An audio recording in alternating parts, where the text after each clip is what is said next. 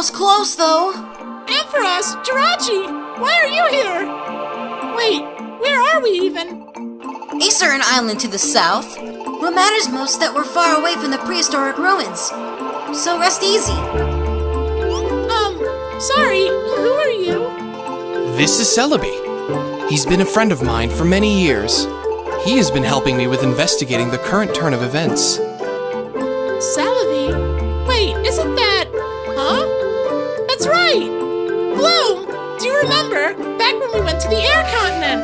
Time Travel Lake is in the middle of that forest. And the mythical Pokémon, Celebi. That's why everybody's all in a lather over the rumors again. I wonder if he might have come for Celebi next.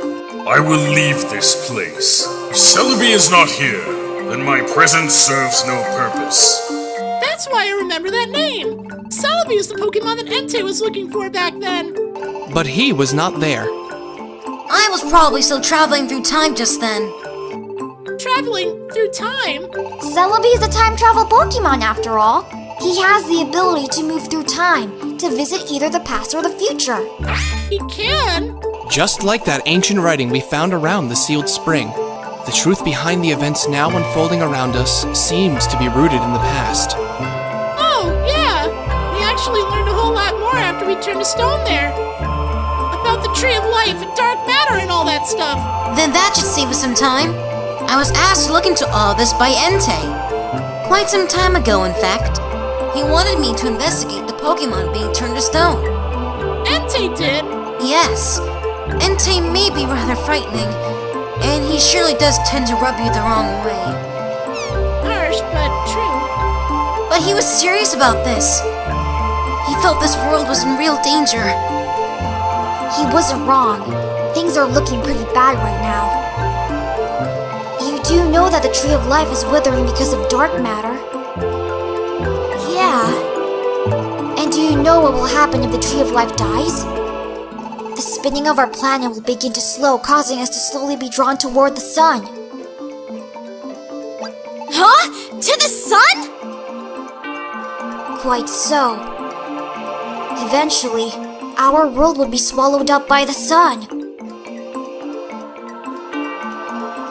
To be perfectly blunt, this planet is already being pulled closer to the sun.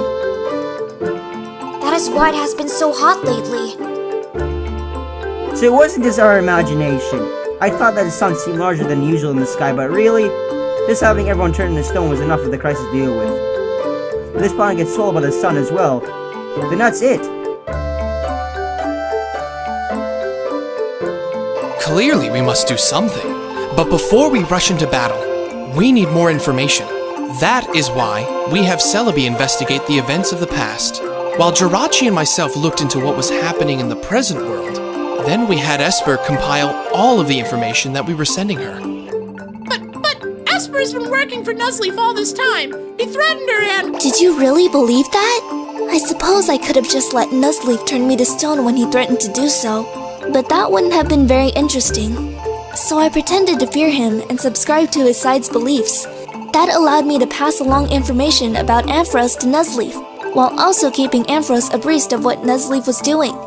I suppose I'm what you might call a double agent? At any rate, threats don't work on me. Esper, you're frightening sometimes. Don't you recall when we caught Bahium? In fact, I did reach Ampharos at that time. I told him that you and Mike had returned from being turned to stone, and I filled him in about the Bahium. Then Ampharos said that I was to pretend that I hadn't been able to reach him. So that was why I acted the way I did. So, you just let us walk into that trap? Sorry about that. I couldn't have imagined that things would have turned out quite the way they did. But thanks to what Nuzleaf said there, in the deepest part of the prehistoric ruins, we've been able to connect some very crucial dots. It's time we had a little talk. You need to know what Jirachi and I learned, and what Celebi saw in the past. There's a lot you need to hear about. Are you ready?